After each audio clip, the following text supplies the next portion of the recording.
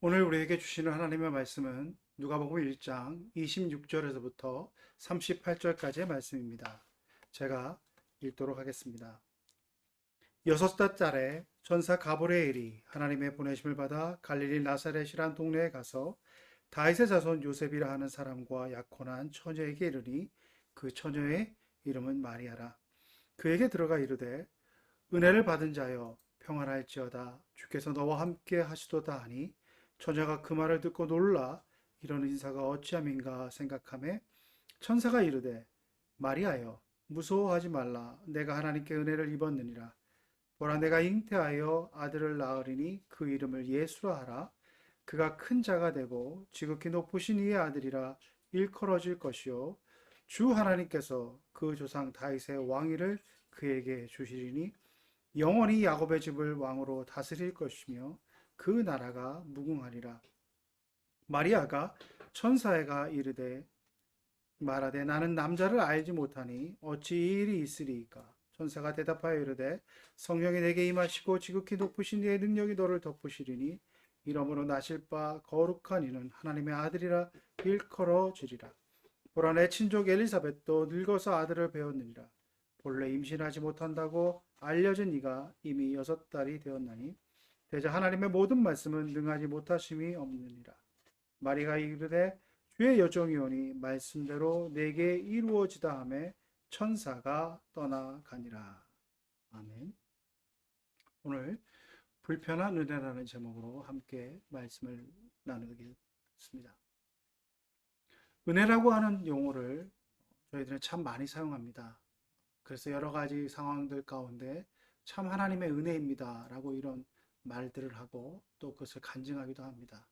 그런데 가만히 보면 그렇게 은혜라고 고백하는 것의 그 상황들을 보면 은혜의 기준이 자기의 관점에서 고백되어지는 것을 많이 발견하게 됩니다. 그것은 무엇이냐면 내가 바랬던 기도의 제목, 내가 원했던 것, 내가 뜻했던 것들이 이루어졌을 때 그것을 하나님의 은혜라고 그리고 하나님께 찬양을 돌리는 우리의 모습을 많이 볼 수 있습니다. 오늘 본문의 말씀을 가지고 저는 오늘 설교의 제목을 불편한 은혜라고 하는 것으로 정했습니다. 은혜와 불편함이라고 하는 것은 상당히 어울리지 않는 표현이라는 것을 여러분 느끼실 것입니다. 은혜는 항상 기쁘고 감사한 것인데 왜 불편할 것인가? 여러분 오늘 이 본문의 말씀에 나와 있는 마리아의 사건을 통해서 한번 그 은혜의 본질적인 모습들을 한번 서로 나눠보았으면 좋겠습니다. 오늘 본문의 말씀은 여러분이 잘 알고 계시는 것처럼 예수 그리스도의 신학적 용어로 수태고지라고 일컬어지는 그런 본문입니다. 주님이 이 땅에 오심을 마리아에게 가브리엘 천사가 알리는 그래서 잉태를 알리는 그러한 말씀, 대표적인 말씀입니다. 참으로 놀라운 인사의 말을 전하는 데 있어서 이 마리아는 그 가브리엘 천사의 첫 마디에 은혜를 입은 자라고 하는 그런 인사를 듣게 됩니다. 그리고 나서 이렇게 얘기합니다. 은혜를 입었는데 평안할지어다 주께서 너와 함께함이라. 평안할지어다 주께서 너와 함께함이라. 이런 용어들은 당시에 이스라엘 사람들이 일상적으로 사용하는 그런 인사말이었습니다. 평안할지어다 주께서 너와 함께하지. 여러분 잘 아시는 것처럼 샬롬처럼 이런 용어들은 당시에 이스라엘 사람들이 많이 사용되는 그런 인사말이었는데 여기서 첫 번째로 이 천사가 마리아에게 얘기하는 은혜를 입었다라고 하는 그런 용어들은 일반적으로 인사말로 쓰이지 않는 그런 표현이었습니다. 그래서 여기 이렇게 얘기합니다. 29절에 보면 처녀가 그 말을 듣고 놀라 이런 인사가 어찌함인가 생각한다 이렇게 얘기했습니다. 이런 인사가 어찌함인가 은혜를 입었다라고 하는데 그 은혜를 입었다라고 하는 것에 대한 일반적인 그런 표현도 아닐 뿐만 아니라 그 은혜를 입었다고 하는 것이 과연 무엇인가라고 하는 것을 깨닫지 못했기 때문에 알지 못했기 때문에 마리아는 놀랬다라고 하는 것입니다. 그런데 그 이후에 천사의 설명을 들은 다음에는 마리아는 더더욱 참으로 놀랄 수밖에 없는 상황을 직면하게 됩니다. 여러분 본문의 말씀에 나와 있는 그 내용들은 처녀가 잉태를 한다라고 하는 것입니다. 요셉과 정혼한 마리아가 아무런 요셉과의 관계도 없이 정혼한 상태에서 잉태한다라고 하는 얘기였습니다. 여러분, 제가 아까 서두에 이것은 뭐 수태고지라 그러고 신학적으로 아주 중요한 그런 본문이라고 하는 것을 말씀을 드렸는데, 마리아의 입장에서 한번 생각해 보십시오. 지금도 미혼모로서 아이를 출산해서 낳는다고 하는 것은 세상의 많은 질시와 또 여러 가지 상황적인 어려움들을 감내해야지만이 되는 일들입니다. 참으로 녹록지 않은 결단이고 그것을 감당한다는 것은 여인의 몸으로서 감당하기 참으로 쉽지 않을 것입니다. 지금도 마찬가지로 그렇게 어려운데 예수님 당시 시대에는 이것은 단순히 어려움의 문제가 아니라 자기의 생명과 직결되는 문제였습니다. 정혼을 한 요셉에게 있어서는 이 여인과 어떤 육체적 관계 없이 이 여인이 잉태됐다는 것은 그 정혼을 파할 수 있는 이유가 될 뿐만 아니라 부정한 여인으로서 마리아는 돌로 쳐 죽임을 당해도 무엇 하나 항변할 수 없는 그런 위기가 그에게 다가오는 것을 의미한다고 하는 것입니다. 여러분, 이것이 과연 마리아에게 은혜로 다가왔겠습니까? 마리아 입장 생각해 보면 이것은 결코 은혜가 아니었습니다. 그런데 천사는 마리아에게 이렇게 얘기합니다. 은혜를 입은 자여. 여기에서 은혜의 깊은 역사적 의미를 우리가 생각해 봐야 될 것이 있다고 하는 것입니다. 마리아는 이것을 단순히 받아들일 수 없는 그 상황이었고, 받아들였다고 하면 그것을 감내해야 될 모든 것들이 너무나도 명백하게 자신의 전 존재가 위기에 처할 수 있다는 것을 너무나도 잘 알고 있는 입장이었습니다. 그리고 마리아는 이렇게 얘기합니다. 아니, 내가 지금 남자를 알지 못하였고 아무런 어떤 우리가 생각하는 인간적인 그런 과정을 통하여서 잉태를 할 수 있는 조건이 아무것도 없는데 어떻게 저에게 이러한 사건이 벌어집니까? 이것은 단순히 마리아가 자신의 지금 처지에 대한 것들도 말하는 것뿐만 아니라 그 마음속에 있는 두려움과 염려와 근심을 그대로 토로하는 것입니다. 나에게 주어진 사건, 이것은 인간적인 계산과 방법 속에서는 이루어질 수 없는 일뿐만 아니라 이것이 이루어졌을 때 닥쳐지는 많은 환난과 시련과 역경과 고난을 너무나도 잘 알고 있기에 마리아는 지금 천사에게 항변하는 것입니다. 그런데 천사는 이렇게 얘기합니다. 하나님의 능력 안에서는 이 모든 것들이 가능할 뿐만 아니라 하나의 예를 듭니다. 즉 6개월 전에 잉태된 엘리사벳의 예를 듭니다. 엘리사벳은 늙어서 아들을 뵐 수 없었던 그 태가 닫혀있던 세례 요한의 어머니 엘리사벳에서도 이러한 하나님의 은혜가 임하였기 때문에 이것은 너에게도 동일한 은혜로 임할 것이다 라고 얘기했습니다. 그런데 여기서 보시면 뭔가 유사한 점이 많이 있지만 세례 요한에 대한 것들과 예수님의 이 수태고지에 대한 것들은 많은 유사한 점이 있지만 근본적인 차이가 있습니다. 엘리사벳은 즉 인간적인 관계를 통하여서 잉태된 것이지만 마리아는 그 모든 것들을 초월한 인간의 상식을 넘는 즉 하나님의 절대적인 주권과 능력 안에서 하나님의 계획 속에서 성령의 잉태하심을 받는 그러한 사건을 말하고 있다고 하는 것입니다. 한번 생각해 보십시오. 도저히 인간으로서는 이해할 수 없습니다. 내가 남자를 알지도 못할 뿐만 아니라 나에게 이러한 일이 있을 다음에 벌어진 일들을 생각하면 너무나도 끔찍한데 하나님은 이것을 은혜라고 말씀하고 계십니다. 그리고 천사는 이것을 은혜를 입은 자라고 말씀해 주고 계십니다. 우리가 많은 얘기들을 합니다. 은혜에 대해서 많은 고백들을 합니다. 은혜라고 하는 것에 대해서 많은 찬양을 올려드립니다. 그러나 진정으로 우리가 그리스도 앞에서 드려야 될 은혜는 이 마리아의 사건을 통해서 생각해 보면 우리가 생각하는 상식과 방법과 계획을 뛰어넘는 하나님의 주권적 역사를 우리가 온전히 믿고 그것을 온전히 받아들이며 온전히 인정하는 그 가운데 고백되어질 수 있는 참으로 귀한 믿음의 고백이라고 하는 것을 우리가 깨닫게 된다고 하는 것입니다. 은혜를 덧입은 많은 사람들이 있습니다. 많은 신앙인들이 있습니다. 그래서 여러분들이 생각하시기에 많은 신앙인들의 간증을 보면 우리의 가치 기준 속에서 은혜를 덧입은 것입니다. 역경을 극복해서 성공하였습니다. 많은 환란이 있지만 그 가운데서 은혜를 덧입어서 세상의 많은 사람들이 인정할 만한 그러한 명성을 떨치는 자로서 우뚝 섰습니다. 물론 그것도 은혜일 수 있겠죠. 그러나 하나님께서 말씀하시는 진정한 은혜는 하나님의 계획 안에서, 하나님의 섭리 안에서 그것을 받아들이는 그 믿음의 고백이 있을 때 그것이 가능하다고 하는 것입니다.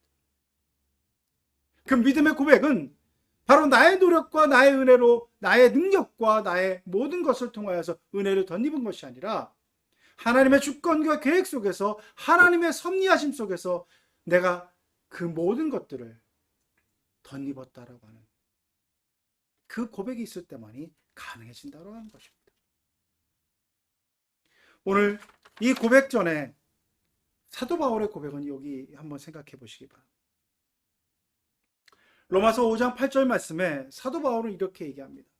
우리가 아직 죄인 되었을 때 그리스도께서 우리를 위하여 죽으심으로 하나님께서 우리에게 대한 자기의 사랑을 확증하셨다라고 이렇게 얘기했습니다.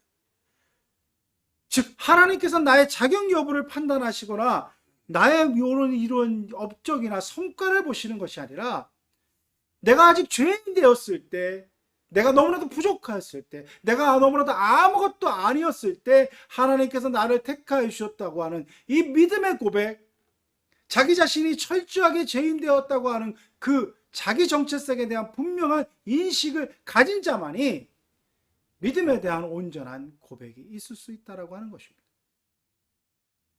세상의 가치관은 이것과 정반대되는 것을 우리에게 날마다 가르치고 있습니다.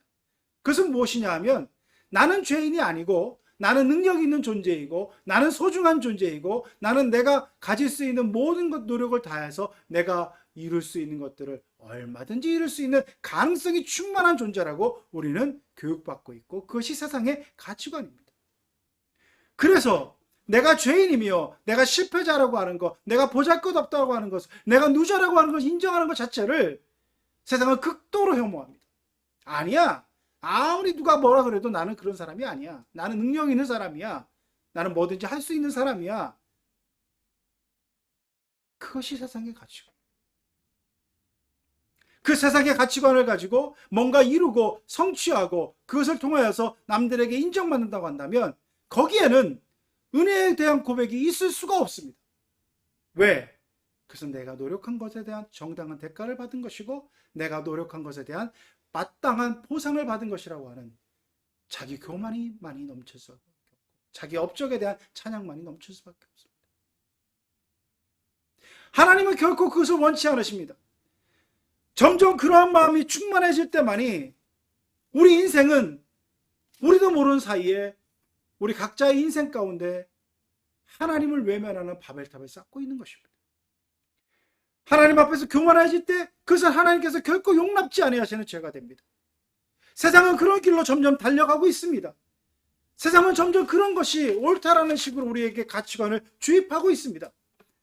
그러나 거기에 대해서 우리는 단호하게 아니라고 얘기해야 될 것입니다. 그래서 세상의 가치관과 세상의 기준으로 봤을 때는 엄청난 고난과 역경과 환난과 멸시와 천대가 있을지라도 그것이 하나님께서 허락하신 길이라면 내가 그것을 하나님의 은혜로 인정하겠습니다. 하나님께서 나를 택하신 것으로 받아들이겠습니다라고 하는 그 귀한 고백이 있을 때 우리의 진정한 신앙은 완성이 된다고 하는 것입니다. 마리아는 그것을 보여주었습니다. 마리아는 이렇게 얘기합니다. 마지막 38절 말씀에 이렇게 얘기합니다. 마리아가 이르되 주의 여종이오니 말씀대로 내게 이루어지이다 하매 이렇게 말씀합니다. 말씀대로 내게 이루어지이다 하였다. 하나님의 계획과 하나님의 섭리와 하나님의 뜻을 내가 받아들인다라고 하는 것이 얼마나 힘겹고 얼마나 어렵고 얼마나 고난의 길이지만 그것을 내가 주의 여종이 오니 그것을 인정하고 그 길을 가겠습니다라고 하는 것을 말해주는 것입니다. 이것이 있을 때 진정으로 하나님의 은혜가 임하게 되는 것이고, 이 고백이 있을 때 하나님께서 허락하신 놀라운 역사에 동참할 수 있는 믿음의 사람이 된다고 하는 것을 마리아는 우리에게 증거해 보여주고 있습니다. 많은 신앙의 위인들, 예수 그리스도께서 가신 길, 그 모든 길들은 어찌 보면 우리 인간의 기준으로 보았을 때는 참으로 고난과 역경과 시련의 길이었습니다. 마리아의 입장에서 보았을 때 그렇게 수태고지를 받아서 그렇게 온 인류의 죄악을 감당하신 예수 그리스도, 그분이 십자가에 달려 죽으시는 것, 그것은 어미의 심정으로서는 도저히 감당할 수 없는 아픔이었을 것입니다. 자신이 사랑하는 아들이 십자가에 달려서 죽어가는 그 모습이 어찌 인간의 마음으로서 그것을 은혜라고 얘기할 수 있겠습니까? 그것은 말할 수 없는 고통이었을 것입니다. 예수 그리스도가 십자가에 달려 죽으심으로 말미암아 온 인류가 구원받고 그분의 희생으로 말미암아 우리가 하나님의 자녀됨의 놀라운 은총을 얻는다고 하는 것, 그것은 놀라운 신앙의 신비이며 놀라운 하나님의 섭리 가운데 있다고 하지만 인간적인 시각, 그것으로 봤을 때는 우리는 참으로 그 사건 앞에서 너무나도 가슴 아파할 것입니다. 바로 이런 인간적인 계획과 인간적인 모든 생각들을 뛰어넘는 그것 가운데서 역사하시는 하나님의 놀라운 섭리를 인정했을 때만이 우리는 인정한 은혜에 대한 찬양이 있을 수 있고, 나의 죄된 눈에 대한 분명한 고백이 있을 때만이 우리의 신앙은 날마다 하나님께서 주신 그 은혜가 얼마나 풍성하며 얼마나 놀라운 것인가를 증거하며 살아갈 수 있는 신앙인으로 쓸 수 있다는 것입니다. 사랑하는 성도 여러분, 저와 여러분은 세상의 많은 가치 기준을 통하여서 영향을 받을 수밖에 없습니다.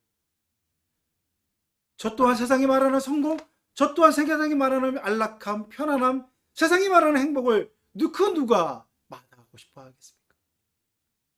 그 누가 그것을 가치 없다고 말할 수 있겠습니까? 그러나 신앙인은, 하나님의 사람은, 은혜를 덧입은 우리들은 거기에 머물러서는 결코 하나님의 온전한 뜻을 이룰 수 없다라고 하는 것을 이 마리아의 사건은 우리에게 말씀해 주고 있습니다. 내가 그것을 받아들일 수 없습니다. 내가 그것을 인정할 수 없습니다. 내가 그것을 함께 할 수 있는 것은 너무나도 나에게 큰 고통이고 너무나도 많은 시련이며 너무나도 많은 어려움이 따르는 길입니다. 하나님 그것을 외면하고 싶습니다. 하나님 그것을 벗어나고 싶습니다. 하나님 그것을 나에게 멀리 해주십시오. 그런 인간적인 마음이 있다 할지라도 그것이 하나님의 계획이고 하나님의 뜻이며 하나님의 길이라면 우리는 그것을 받아들이는, 마리아의 고백이 우리의 고백이 되어야 된다고 하는 것입니다. 주의 여종이오니 말씀대로 되기를 원하나이다. 그 고백이 있을 때만이 우리에게는 진정한 은혜가 임할 수 있다고 하는 것입니다. 사랑하는 성도 여러분,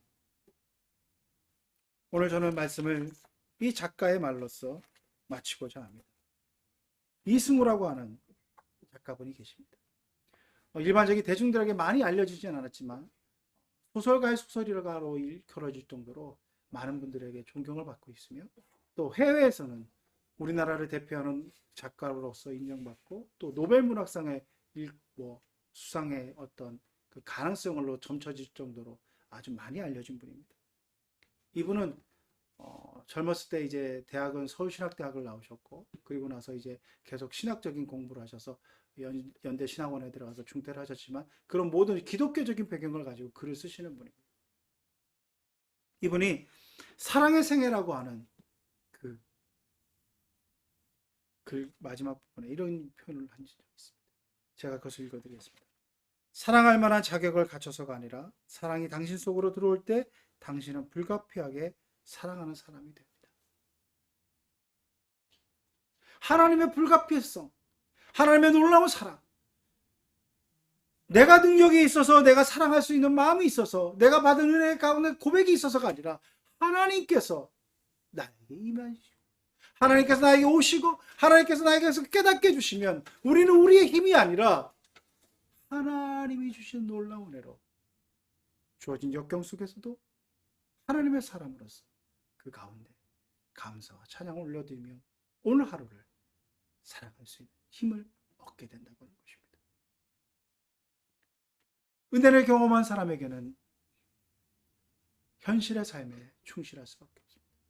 그래서 왜냐하면 우리의 과거의 죄악은 은혜로 말미암아 그것을 죄사함을 얻었고 우리의 미래의 삶은 하나님의 놀라운 섭리와 계획 속에서 예정 속에 은총의 삶으로 우리에게 약속되어져 주실 것이기 때문에 은혜의 삶을 경험한 우리는 오늘 하루 주어진 이 삶에 충실하며 살아가는 것이 은혜를 경험한 자의 삶이라고 하는 것입니다. 하나님의 놀라운 사랑을 덧입은 저 여러분의 삶 가운데 그것이 날마다 고백되어지고 꽃피어짐으로 말미암아 주님의 오심을 기다리는 이 대림절 기간에 그것을 삶 가운데 온전히 증거하며 고백하며 살아가는 우리 모두가 될 수 있기를 간절히 바랍니다. 함께 기도드리겠습니다. 사랑의 아버지 하나님, 우리가 많은 말들 속에서 은혜를 얘기하고 은혜에 대한 찬양과 고백이 있지만 그것이 우리 기준, 나의 중심, 내가 생각하는 그 방법대로 은혜에 머무르지 않나 하는 생각을 해보게 됩니다. 하나님, 그래서 내 계획과 내 방법과 내 생각과 조금이라도 벗어나면 그것은 은혜가 아니라 불편한 사실로 나에게 다가오는 그런 불신앙적인 모습이 우리에게 있다고 한다면 하나님 돌이키게 해주시고 오늘 마리아가 우리에게 증거해 보여줬던 놀라운 고백처럼 주의 말씀이 오니 내가 순종하겠습니다.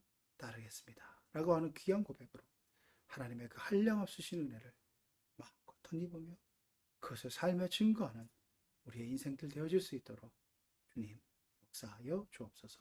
이 모든 것 우리 구주 예수 그리스도의 이름으로 간절히 기도드리옵나이다.